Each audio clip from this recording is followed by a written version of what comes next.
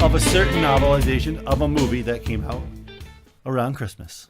We're talking about The Last Jedi. Novelization was released yesterday. I already grabbed it. I'm about halfway through it already. So now, are you listening to it or reading it? I am listening to it. The reason why is because Star Wars audiobooks are absolutely stunning. If you've never listened to a Star Wars audiobooks, they are amazing. They usually have more than one reader person. They have one main narrator that does most of the book, and then they have some other ones that do voices. And they have all the sound effects, the music, everything's in there. If it's a lightsaber fight, you can hear it clashing in the background. Starship battles and stuff, you hear the turbo lasers and stuff going off. The explosions, it's all there. It is absolutely amazing. With the orchestra sound, it's worth it. If you're a fan, and if you're not a member of Audible, it's beyond worth it to pay that money. It's 1 credit per book. It's a great deal. I have one free book on that. I got Stephen King it. Ah, yes. So, The Last Jedi novelization came out, and it's weird because it was delayed. Because with The Force Awakens, the book came out within a week or so after the movie. It was really short. So there was a big delay for some reason. We don't know why. And I think the reason why we know now is because some of the things they've revealed in the book. They wanted to let the movie settle before this was revealed. For the most part, it seemed. So okay. Can you tell us anything, but without spoiling it completely? Okay. So, yeah. Okay, so the movie has been out for months now. So, if anybody listening right now to the podcast, if you've never seen The Last Jedi, you don't want to be spoiled with any of the storyline at all, please click away and come back to us after. So, The Last Jedi novelization. We begin in a very different point. So, we begin from Luke's point of view. And we're back on Tatooine. And he is looking up at the stars, and he swears he sees a star, what do you call it, a giant cruiser, like a Star Destroyer or whatnot. It's a big ship he thinks he sees. And his wife, Kira, is just teasing him. Oh, no, you didn't see that. We're too far off. Wife? What are you talking about? So, and he's going on, and he goes on about how they thought they saw a Star Destroyer land near Mos Eisley and things like that. And then he gets into his life, and his wife's kidding him, and she's like, oh, you get that look in your eye all the time. Something's missing. I hate when you do that. And he goes on about how he remembers finding the droids and then one of them leaving while they were having dinner, which did happen. But there's a change.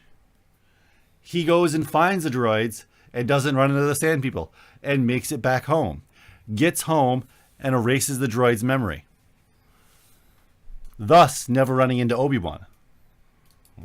And then the Empire shows up eventually at their door. And takes a droid, scans their memory banks. And then they go to, and this memory they go to take Luke, and Obi-Wan shows up while they're interrogating him. And he says, oh, no, his name's not Skywalker. No, his name's Lars. That was just a misfiling or whatever. And he convinces the Empire, Obi-Wan does, that his name's not Skywalker. And they don't take him. But they take his Uncle Owen, and they interrogate him for 2 days. And he comes back, and he's all screwed up. And it goes on to this whole thing of basically stuff that would happen if he never joined the Rebel Alliance. And Alderaan got wiped out, along with a number of other systems got destroyed because of mind blown. Yeah, he is Luke's father. Along with a number of other planets that get destroyed because of, the Death Star. Mm-hmm. It goes on, destroys a whole bunch of other planets, and cripples everybody into submitting to the Empire. And it's weird because he's the Empire, the galaxy's at peace, and the Empire is great in this dream. That's what he's thinking with him and his wife. And they live on some backwater. They live on Tatooine, which is a backwater town with nothing ever happens. And he's like, oh, we've gotten old. You have a beard. And he's like, you've gotten old too. And then out of the blue, he wakes up. And it begins the scene takes place right before Rey shows up on the planet that he's on, this planet off in the middle of nowhere. So he wakes up and he goes, "Oh, that was a weird dream."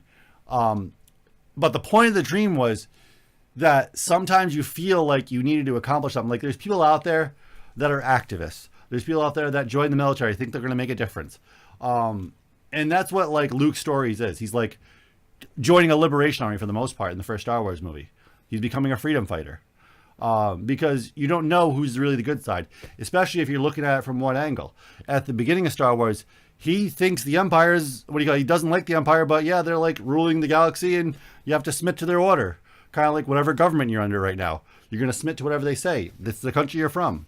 It's how it is. Mm-hmm. Yeah. You never know what it is from the other side. It's definitely a different perspective sometimes. So, and that's what the point was. It's trying to show you the other outlook of what he could have been. And then he wakes up and he realizes Rey is on her way. He goes, something's odd. He's like, but something is coming this way. And he makes his way towards the hill, which is the beginning of the movie when you see Rey show up. And obviously it takes off from there from the same way it did in the movie. He throws the lightsaber, da-da-da-da. It's all the same thing. All right. Now, does it explain the bombs? Okay. The bombs. Okay, which bombs are we talking about? Okay. So there is a scene where they attack a dreadnought.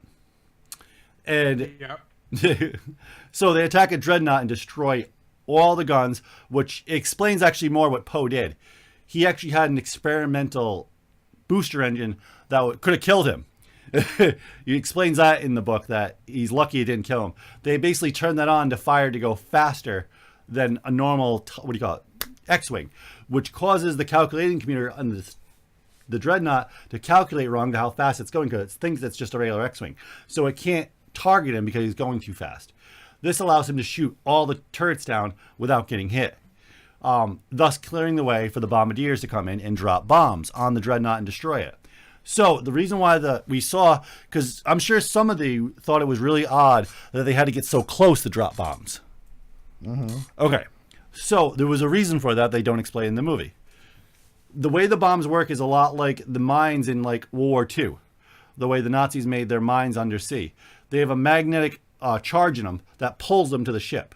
So this is the way the bombs work as well. And they explain that this magnetic charge zeroes in on the hull of the ship they're over and pulls itself down. And this is thus make it look like it's actually a bomb dropping with gravity, but it's not gravity, it's a magnetic pull, which is actually a lot more dangerous. And thus, that's why also the ship got pulled in right after, because everything failed, thus causing the ship to just be smushed right into the hull of the whole thing, because the magnetic pull pulled everything in. Thus destroying the dreadnought. Now, the question I've been waiting for, the scene where she gets pulled out. Okay, so let's get to this scene. We have Leia, she's, okay, so before that even happens, it goes into a lot more of a psychology of like her getting between like the Return of the Jedi and now. And she goes on about how Luke taught her about the Force and how the Force is used, and that she's had the Force in her whole life. And she has a handle of how things work somewhat. So she mentions it. Yeah. She's not a Force user normally, but she knows somewhat how it is. She knows how to feel the Force. Like, she talks about how it works in her negotiations as a politician. How to gauge a crowd and to see what they're feeling and stuff like that. So she can really, like, get to the core of what people really want and really help people. And how the Force really helped her with that, and how Luke trained her on that. And then we get to the scene where they come out of hyperspace. Then Snoke's ship comes out of hyperspace. And they're like, oh man, we just got tracked to hyperspace. We're screwed. Yeah. So then we have Kylo Ren storming the ship, destroying everything. And she can feel, as soon as he gets in his ship and comes at them, she can feel him. She immediately knows who it is. She goes on about something dark that used to be bright, and he used to be such a great man, and and all those other things. So, and they go into the psychology of like how he was a little kid and he used to like thrash out a lot. He had anger issues when he was a kid. Who? Kylo Ren. Well, Ben Solo. Okay. So he had anger issues. And she talks about how this wasn't contributed just to himself. Han was kind of hot-headed, and he didn't know exactly how to deal with, a young teenager being angsty, pretty much. Mm-hmm. So they decided to send him off to Luke to train him. They figured, well, him becoming a Jedi, that'll give him discipline. Kind of like how people send their kids off to the military sometimes because they're not disciplined. So they figured out, we'll send him to Luke. He's starting a Jedi Academy. It'll give him some discipline. Well, it didn't work anymore because Luke had PTSD from a war he was in. Mm-hmm. And he tried to kill his nephew. Well, that failed. And now it's even worse. Now he's fully to the dark side. And he was getting tutelage by a person named Snoke, who thus said, yeah, just come. No, we'll fix you up. We'll work out your problems. Don't worry. And obviously this is the one person that was trying to help him. He seemed in his own light. So he turned to the dark side. From Han and Luke's causing it pretty much. And then it goes obviously to Kylo Ren's point of view. And he senses his mother, just like he did in the movie. Mm. They really actually point that out. He actually sensed his mom. So they're sensing each other. And it's weird because they go into psychology that he can see her, he can hear her thoughts almost. And he can tell that she's worried for him. And he wants to kill her. And he's going on about killing her. And he's like, well, it's too late, Mom. And he's getting all angry in his own head. And then he decides against it and doesn't pull the trigger. And then his wingmate is one who shoots the bridge and destroys it. Mm-hmm. And he gets mad at himself. He's like, damn it. Because it caught him by surprise. He didn't realize he was going to because he was caught up in his own thoughts. He's like, if I would have known that he was going to do that, I would have grabbed the missile out of air with my Jedi powers and pulled it away and not hit the bridge. So he would have stopped it. So he feels bad at that point. And then it goes back to Leia's point of view. And as soon as it happens, she knows the missile's coming from the Force. She can sense all of this happening. Mm-hmm. And she knows she's about to be thrown into space. So before she's even thrown into space... Oh, thank you for the follow. The host. Yeah. So before she's even thrown into space, mm-hmm. She immediately starts creating this weird barrier around her and stuff. She knows it's about to happen. Wow, okay. And when she's in space... she kind of starts to lose hope, I guess you could say. She's like, I could easily let this go and just be at peace. You know what I mean? I kind of thought she made a force barrier around her. That's my first thought when I saw that. I'm like, that's the only way she would survive. Yeah. So, but if she did, then why was she in a coma? Okay, so this is what happens. So she pulls herself in. She's using all the strength she can just to do this because she's never really been a force user, mm-hmm. but she knows the basics. So she was able to will this thing around her and keep herself alive for a short bit, and keep her life sustained for a short bit, keep her heart pumping and blood moving through her body. And she pulls herself with the little bit she has, and then she looks at the people that are rushing to help her, and she's like, I wish I could say something to them. And then she's like, as soon as they get that door open, she's like, I have no more strength. And then boom, okay. She passes out. Wow. She uses everything she has just to do that. So it almost kills her. But she really wants to give up at that point because she was almost killed and she thinks possibly by her son. So it's really a jarring moment. Now, lastly, have you gotten to any information about Snoke? Okay, so I have more information about Snoke, not just from this novelization. So if anybody's ever read the Aftermath series, which is really good, it takes place between Return of the Jedi and The Force Awakens. And it's basically about the last battles of the Empire over Jakku. Mm-hmm. The last holdout. And we get to see Hux' father, who's in command of a lot of the ships over Jakku. We get to hear about there's a mission that Palpatine has going on in the very outer reaches of the galaxy, in the unknown regions. He has a whole expedition going on where people keep on dying and stuff. And Snoke's from there. He's from these outer regions that nobody's explored before. Nobody's ever been to. And Snoke is from these outer regions. Wow. And that's where Snoke comes from. I'm not sure why they didn't show that in the film. And I'm sure, the original cut was really, really long, so they might have had that in the original cut, but they didn't think it was relevant to move the story forward. Because they were going to kill him really easy. Why was he killed so easy? Because he was too egotistical. His ego was way too big for him.